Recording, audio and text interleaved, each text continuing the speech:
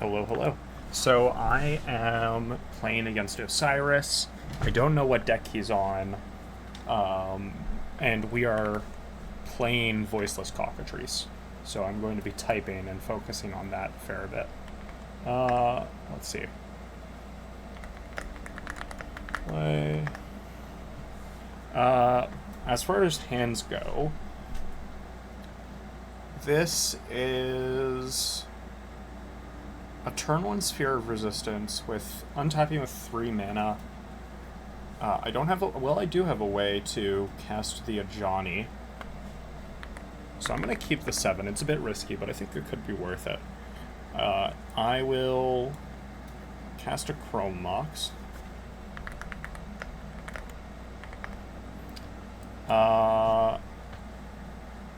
Imprinting a Path. And I'm going to try to cast a Soul Ring. Okay. We're going to resolve the Sphere of Resistance and then hope that next turn my Ajani can take over the game.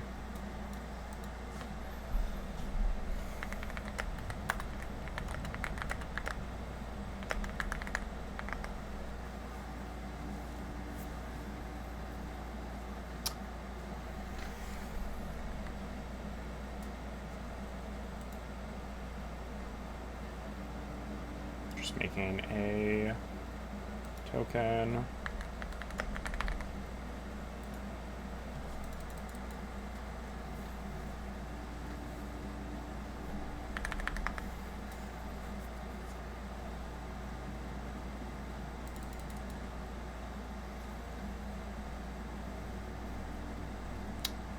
Printing a Narset. So this is some sort of blue list. Probably, this is screaming like Paradox Academy to me, maybe. Let's just try to resolve this Ajani. Make a cat, pass the turn. I think if they have Ancient Tomb into 3-drop, we might be in trouble. Yeah, okay, so definitely some variant, some artifact variant, Paradox Academy in all likelihood.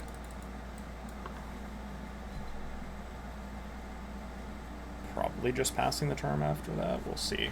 I'm trying to think about what 2-drops they could cast a Talisman.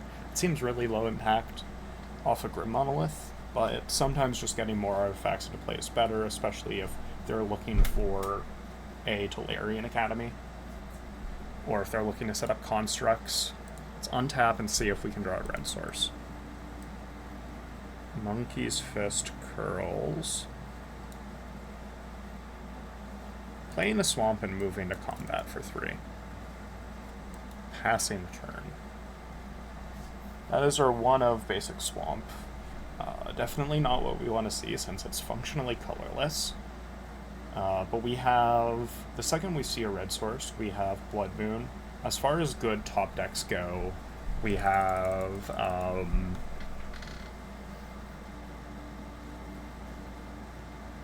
we have 4 mana, so under Sphere we can cast most of our stack spaces. We can cast a lot of our engines. The Warring Triad would actually be really cool to see here, since it turns on red and accrues resources over time. They're tapping their Grim Monolith for an Expedition map, so we're about to see an Academy.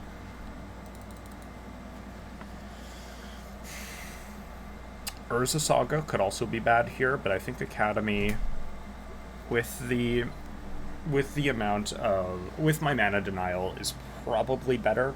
Really depends on if they have anything to do in their hand. If they're just doing nothing, then, I mean, honestly, Inventor's Fair isn't a bad play for them as well. Let's untap and see if we can see a red source. Okay, no red source. Is there anything they can do at instant speed that produces creatures off Expedition map? I don't believe so. So we're just going to move to combat again and swing in for 3. And, you know, hope that things work out for the best, but It's definitely seeming worse for us. The reason why they hesitated long enough for me to, you know, mark the all good is because I'm obviously threatening opposition agent. It's unlikely. Okay, so they did go Urza Saga, which means that they don't have a lot going on in their hand, and they're pretty confident that with the board that they currently have, constructs could take over the game.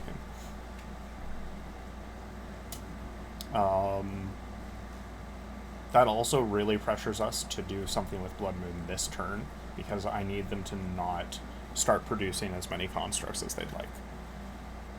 Time Twister. Okay, well, that happens. That's probably better for me than it is for them.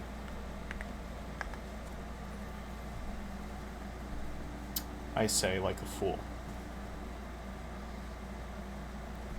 We do have Thalia, so this could be much worse.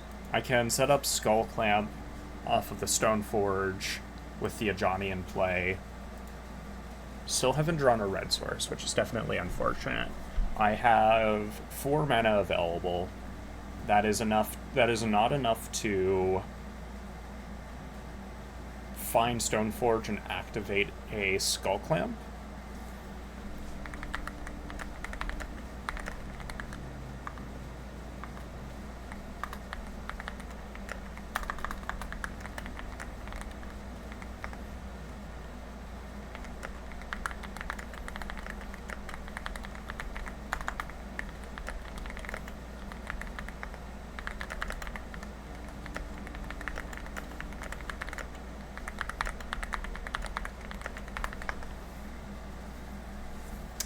So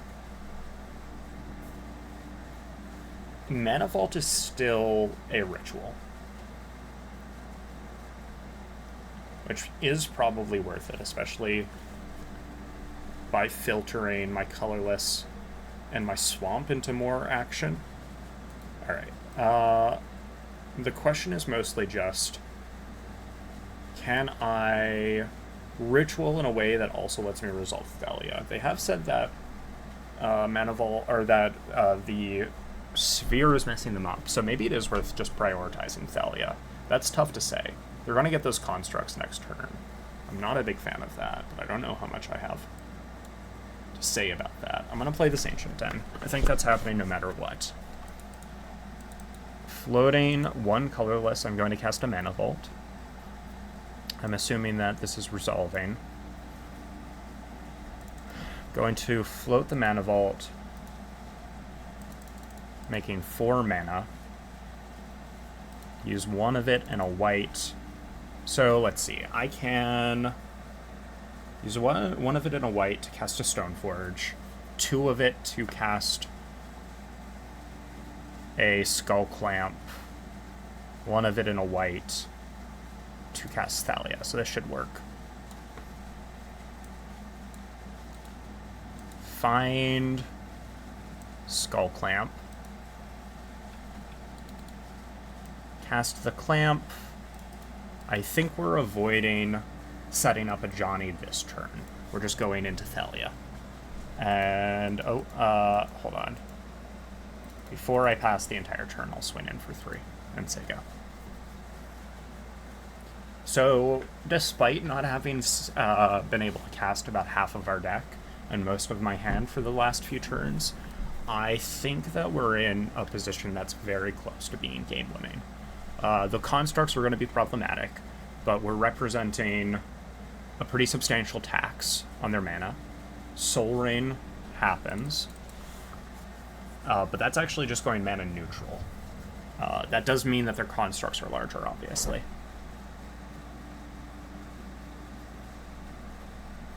But next turn, I'm going to be representing a flipped Ajani.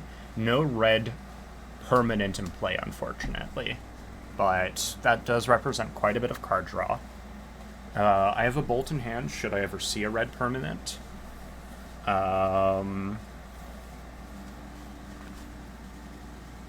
Things could be worse.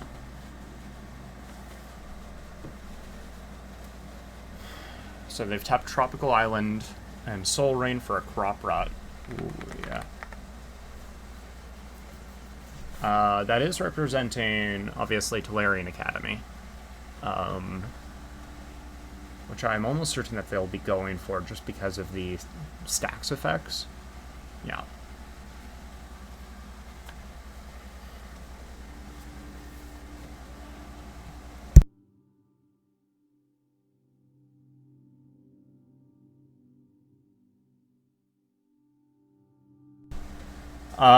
So they're producing a decent amount of mana. They've played a Breeding Pool for turn. And they're just marking how much mana their Tolarian Academy casts. So that's going to be 2 mana. I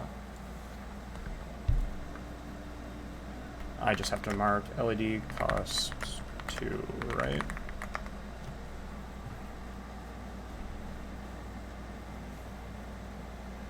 Did I miss whether they spent 2 mana on the LED? I don't believe I did.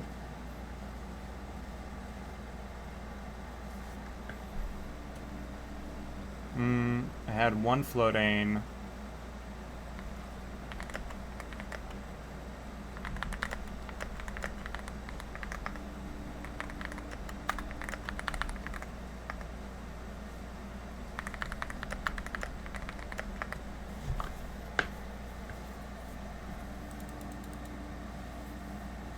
Okay, so they're casting an Ensnaring Bridge, which actually is better for me than it is for them, I would say, in this board state. Especially if I can get a red permanent with the Ajani flipped.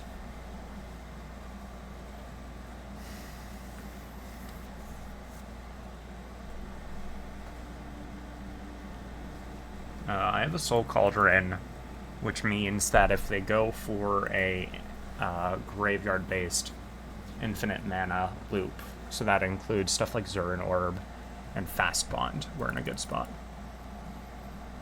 Okay, they've made a construct. Do they have agency over that Ensnaring Bridge? I don't know. Upkeep, I'm not going to untap. Draw for turn. Okay. That's pretty unfortunate. So we can flip our Ajani this turn. They have 0 cards in hand.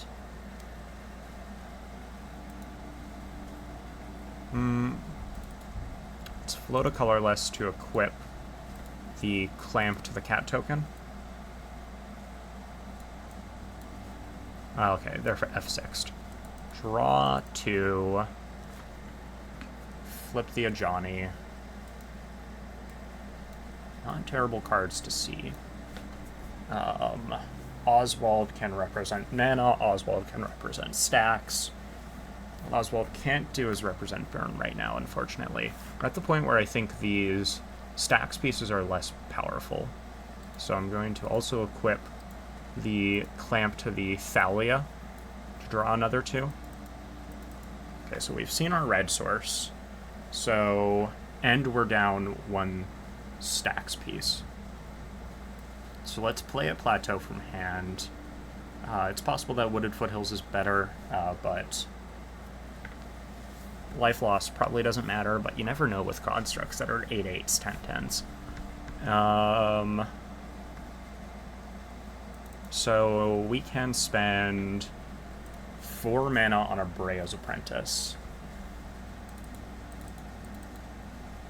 That'll make a token, and then when I zero my Ajani, this is 4 creatures in play, and I will point for 4 damage at his face. They have 1 card in hand still. They're so close to representing quite a few scary things. I think I just have to pass, unfortunately. I don't think there's anything else I can do.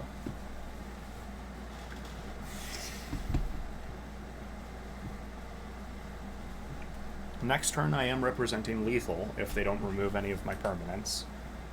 They're getting a tutor off Urza Saga, and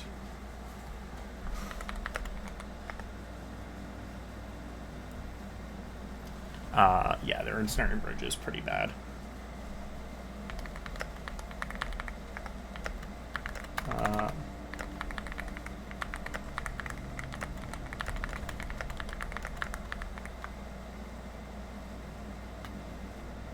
Ooh, I'll have to check that.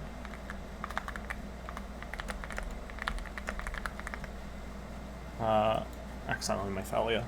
Yeah, they were just mentioning that Ensnaring Bridge hasn't done anything, which is true.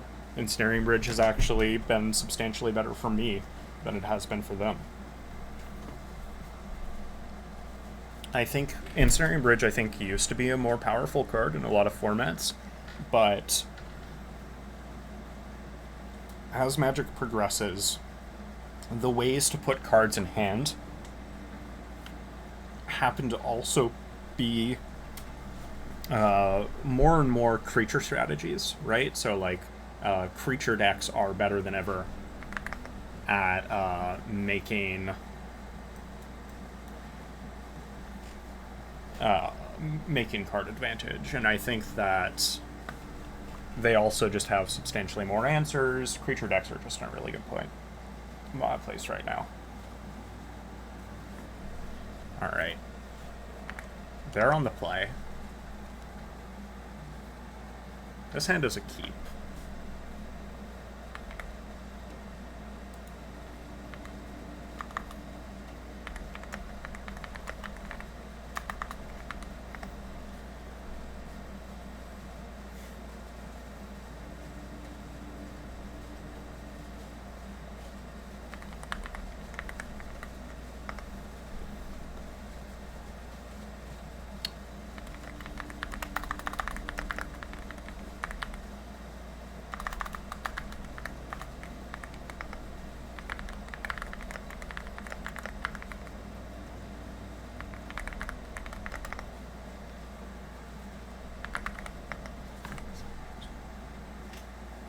Alright.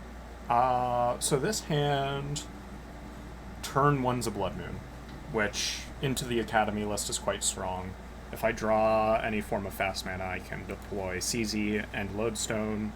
My white source remains through the Blood Moon. We're in a great spot here.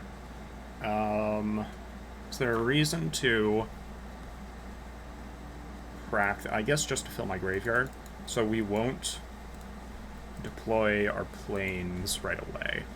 Now, notably, my opponent's deck list has quite a few Talisman, which are scary into... They are scary into Blood Moon. They break parity on the Blood Moon quite well. But turning off Academy and Urza Saga is just so strong.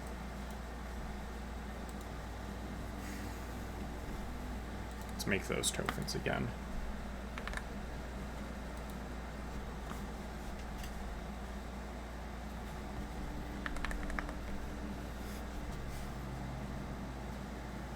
Yeah, so turn 2, I need a 3-drop to do anything. Or I need a Crypt. I guess top decking a Lotus Petal would be good. Or am I... we're going to Paint a Judge. Played a Mountain and a Retrofitter Foundry, which is going to be really tough for us to grind through if we don't find answers. Fortunately, we did find something to do this turn. We're going to cast this Oswald.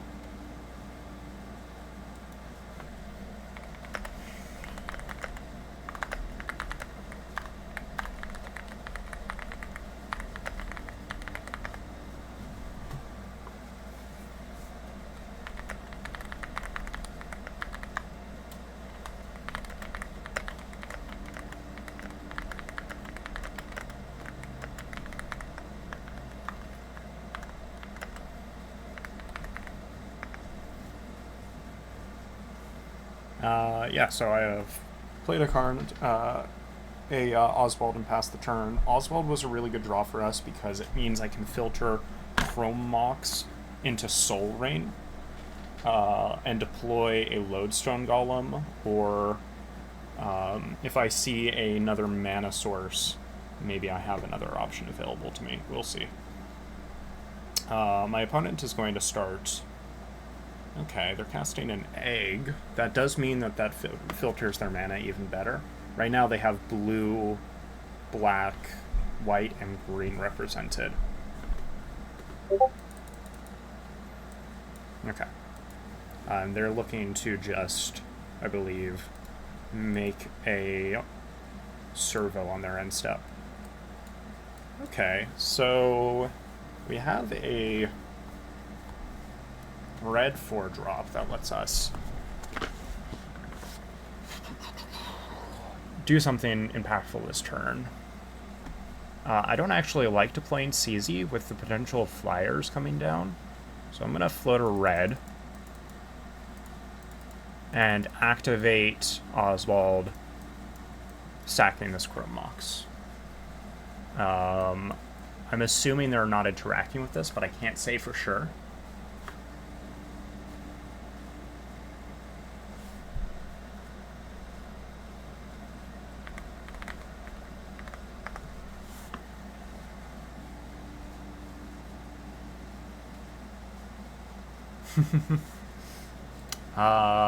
And I will grab a Soul Rain. So we have 4 red at the moment, or 4 mana at the moment. 1 red floating, and I'm going to deploy this Cait Sith. I'm going to move to combat and scry 1. So I will keep that on top, I think. Actually, I can't cast it this turn. And I haven't played a land, so I'm going to move your top cards, move to bottom, exile. That would have been really good.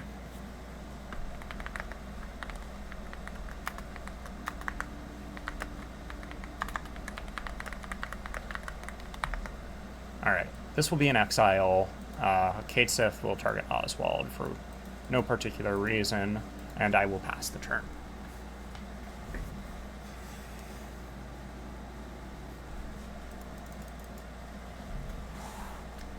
So they're drawing a card off of this. I wonder if they're casting a E-Tutor off of this white mana or a crop rotation. Looks like they're probably casting E-Tutor and making a servo, yeah. Okay, so that is pretty bad. There aren't many artifact-based answers to Blood Moon.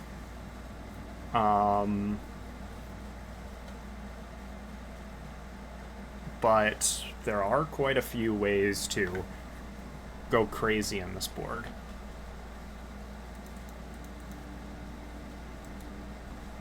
The One Ring is one option they have. They can cast the One Ring right now. Other options available to them.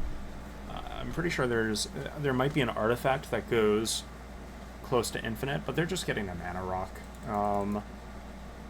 I think I'm less afraid of that, though it does mean that they're really prioritizing their mana here, which maybe means that they're building towards something scary. Yeah, so they have quite a bit of mana. Let's see, they have 4, 5, 6 mana. I wonder what 6 mana... I mean, 6 mana is probably representing a 4-drop and a 2-drop, or a 3-drop and a 3-drop, or something along those lines. I don't think that they're siphoning all of their mana into one large spell, though there are large spells in Paradox Academy. It's designed to do that.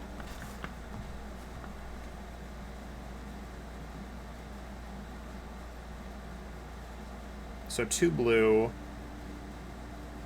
and 4. Upheaval. Upheaval is definitely scary for me, but it isn't actually the end of the world. Let's put... They can rebuild with... They don't actually have... Okay, so the reason why this is actually a bit bad is because they can turn off my Blood Moon if they deploy Urza Saga this turn, which they will do, unless I draw some sort of mana accelerant. They're going Urza Saga into Retrofitter Foundry into Mox Opal. Okay. Now, notably, they cracked their pedal, so they don't have that. That's not what I needed to see here.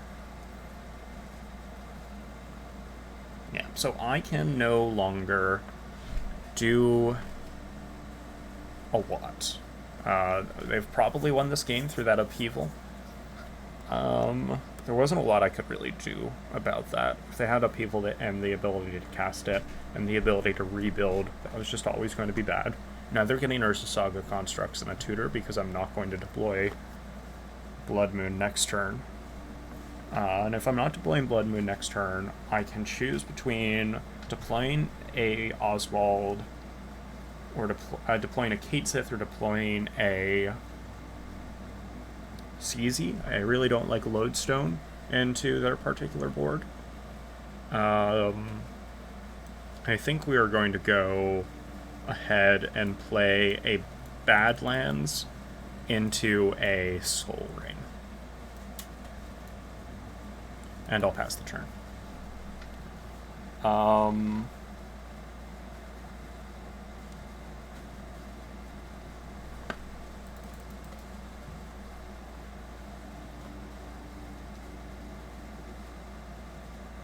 Spire of Industry isn't that big of a deal. Really, the only thing Blood Moon was doing that game was holding Urza Saga back, as well as some of their other utility lands. It wasn't actually having an impact on reducing any of their castable mana, or producible mana. So we've drawn an Inti, which means that we can cast Inti and Oswald this turn, and I think I like that decision quite a bit. So I'm going to play a Plains and float a colorless to cast an Oswald. And the reason I'm deploying Oswald first is because I actually like Inti in conjunction with Cait Sith more than I like having an active Oswald in play next turn. I'll then pass. They seem pretty dedicated to their Retrofitter Foundry plan, though it is pretty free to them. If they just continue to do Retrofitter Foundry things, I feel sort of favored into this game. We can go up to 4 next turn, or we can cast a 4-drop and go up to 5 and actually destroy their Retrofitter Foundry via Chaos Defiler as an Oswald chain. So I think that's pretty good for us. We could do that. We could also destroy their construct, though I'm actually pretty confident in my ability to grind through a construct. Tough to say. Maybe the Retrofitter Foundry is less important with, if I destroy their construct with Trample available between Cait Sith and Inti. Okay, they've played a Hedge Maze. So do they have a 3rd spell in hand that they want to cast? It doesn't look like they do, unless they have interaction, which notably Paradox Academy is light on. So that was a pretty rough top deck. We can't cast it. So drawing our Chaos Defiler stops us from interacting with a lot of their things.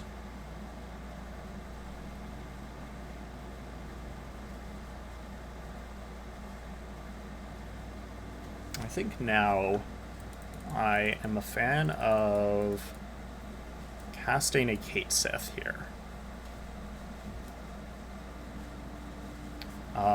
We'll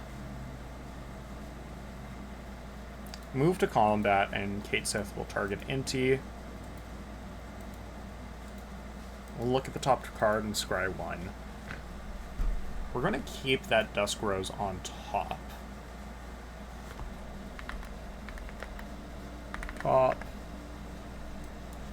Representing a Dusk Rose Reliquary We're going to move to combat, and so Inti gets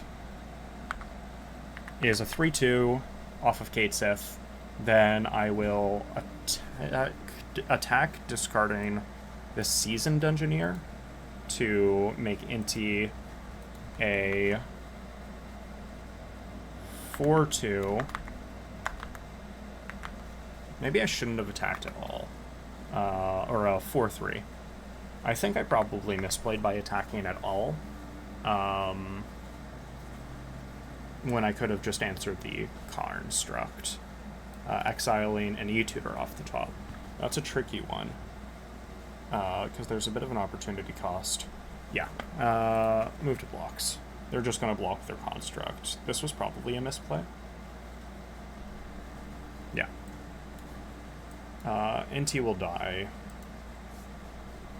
Yeah, that was a bit of a misplay.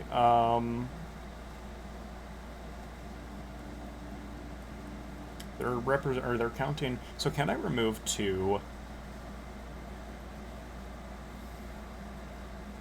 artifacts to actually just kill them indirectly? No, they can probably make 2 artifacts, so that's probably not worth it. I think my play here is sacking the Dusk Rose, or sacking the Soul Rain, targeting the construct.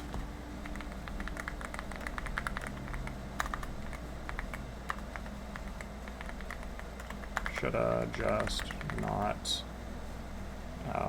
swung. Spelled as is. I will pass the turn.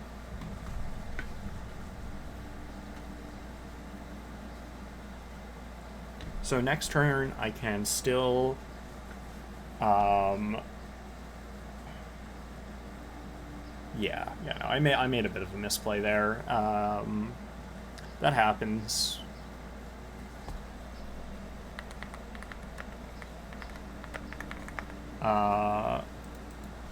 That happens, you know, you can't always play perfect. The important thing is, if you do make a misplay, to not have it alter your judgment to the point where you make more misplays.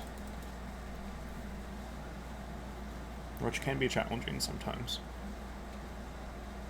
And of course, I'm not one to talk. I'm in no way a cracked player.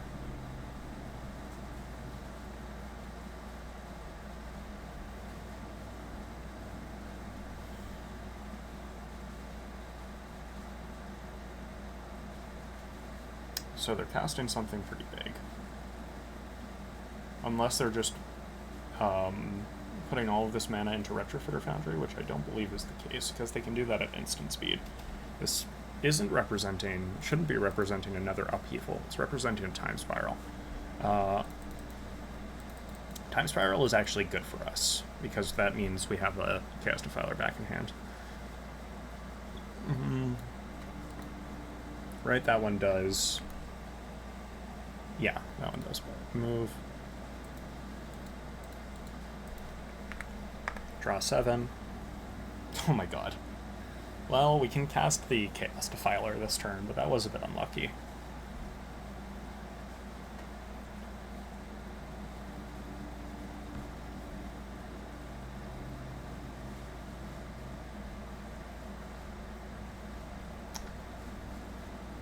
Probably do want to cast Chaos Defiler targeting Retrofitter Foundry, unless they represent something a lot more attractive.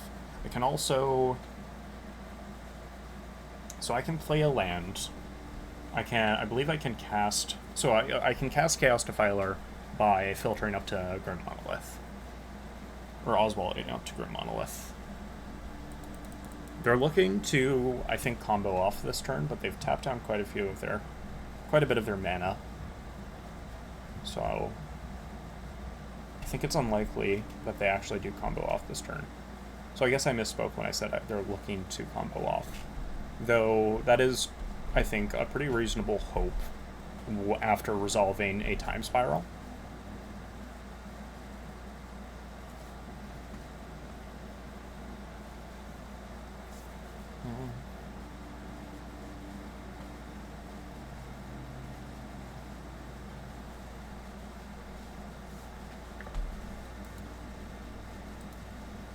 untap, draw for turn. Sphere. So Sphere represents a 3-drop through Oswald. Any 3-drop artifact in my list. I don't have many 3-drop artifacts that are really useful in this instance. One of them that I could consider is in my hand right now, Trinisphere. I think I'm pretty interested in just destroying that Retrofitter Foundry. And then swinging in with Cait Sith. So I'm going to crack an Arid Mesa, finding a plateau. I'm going to activate Oswald to sack this Dusk Rose, finding a Grim Monolith.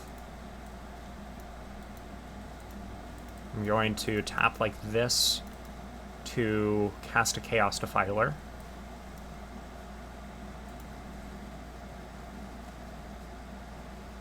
Yeah.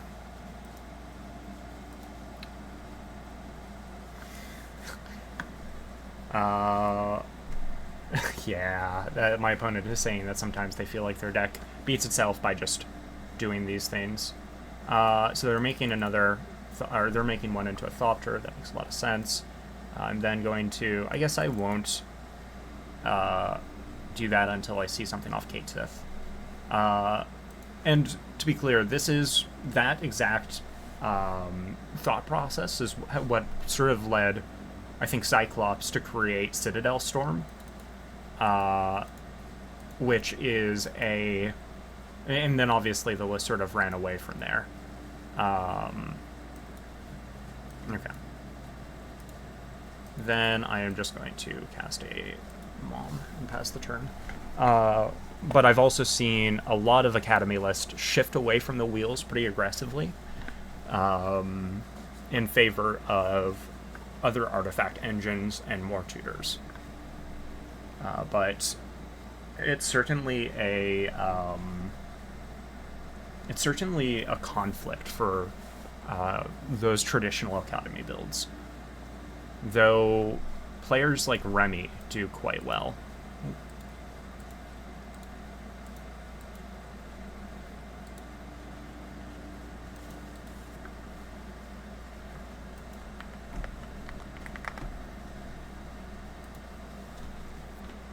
I lost my life, didn't I? Yes. So they're representing quite a bit of mana, and they've drawn quite a few cards. They've got 5 cards in hand, as do I. If this is another upheaval, that's quite unfortunate.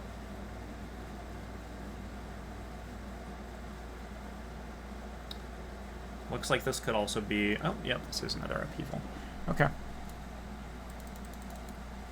Well, it's going to be more challenging to build back from this because the Soul Rain is no longer in my hand, and they're starting off with an Ancient Tomb into their own Soul Rain.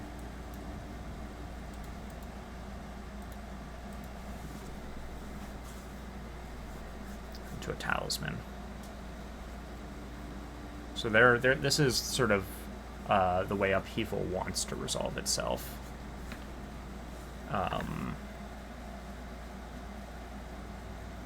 We'll see what they do. If they force a wheel, I'm actually in a very bad spot. There are a few wheel effects that they have access to in this mana. There's that wheel from Lord of the Rings that costs 4 mana. Okay, that's great for us, though. They're not doing anything. We'll untap with 14 cards in hand, and very little to do with it, unfortunately. We're going to be able to sculpt our hand pretty well, all things considered. I don't think that playing Plateau is better here. Just playing a Mom. Moving to my end step. I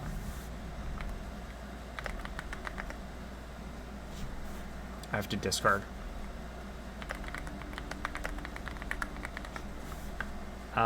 So I think I discard this other planes, the Sphere of Resistance, that no longer matters. This Trinisphere is unlikely to matter with the amount of mana they have. Archon might matter. Chaos Defiler. Okay, so... No, that's still a fine play that I made. I don't think that Oswald matters. I think that I'm looking to... Maybe Oswald matters. Hard to say. I don't think that Marsh Flats matters, since I have these duels in hand. I have one more decision I have to make. I think Seasoned Dungeoneer probably doesn't matter. So we'll discard like this.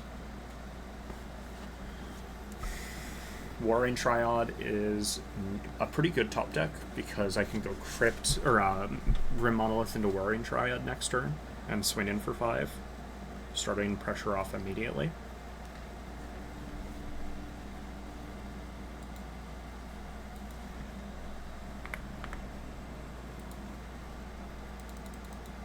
So we're both drawing a card? Okay.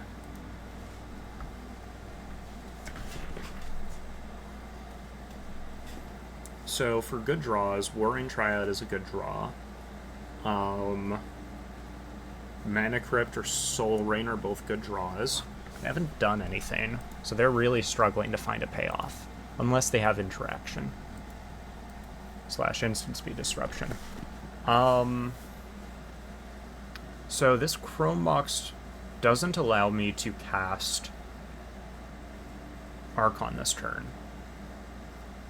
However, it does allow me to cast Cait this turn. That doesn't mean that I don't cast Chaos Defiler in the following turns, but I think that's okay. I'm going to play a Badlands. I'm going to cast a Chrome Mox.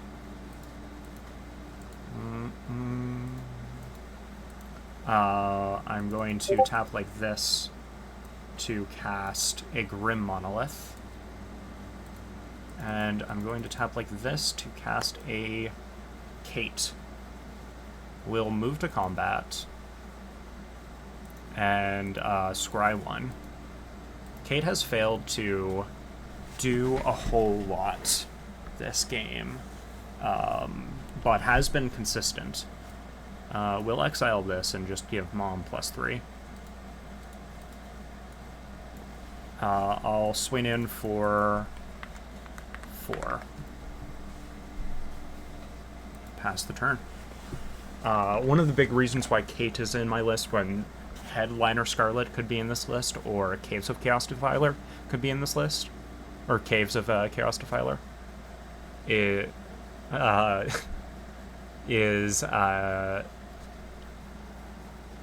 that Cait can be cast off Workshop, and also is accessible through Oswald as a beater, should I need that, so they've gotten access to another Saga. This is no longer a 4/1.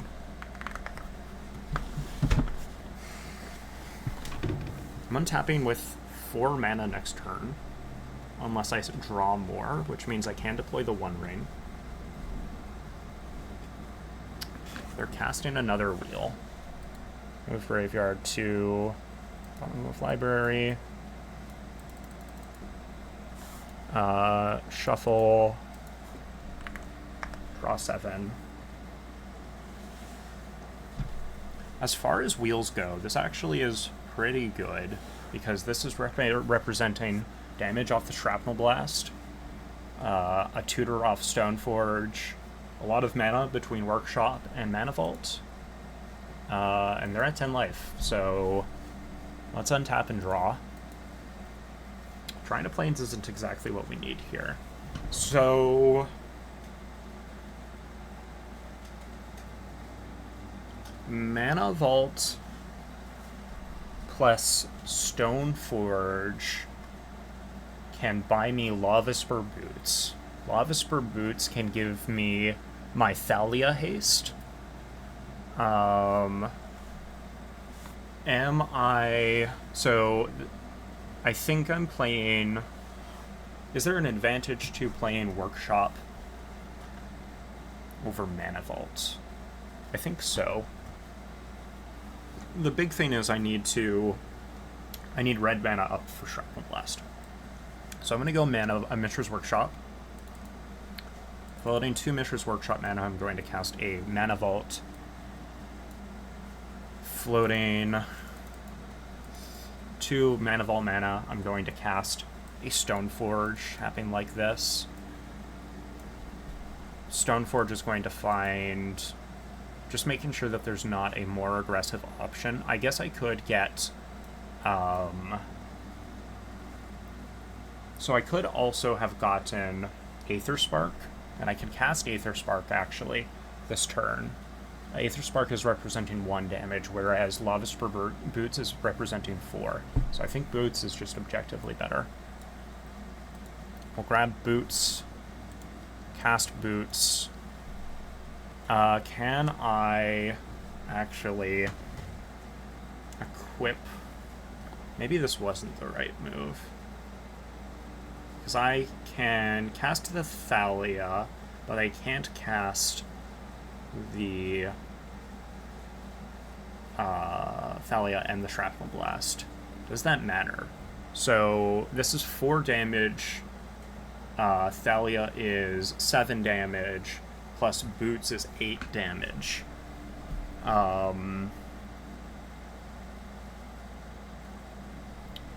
Whereas S-Blast is 5 damage, so S-Blast is an extra damage. So I don't think that we are casting the, I don't think that we are casting the Thalia this turn. We are equipping Boots to Stoneforge Mystic, and tapping like this to use the floating mana. That's why I'm doing it like this. To S-Blast my opponent's face for 5. And then this is actually enough damage on its own. GG. Alright, so... Oh my god, they had upheaval again. Jesus Christ.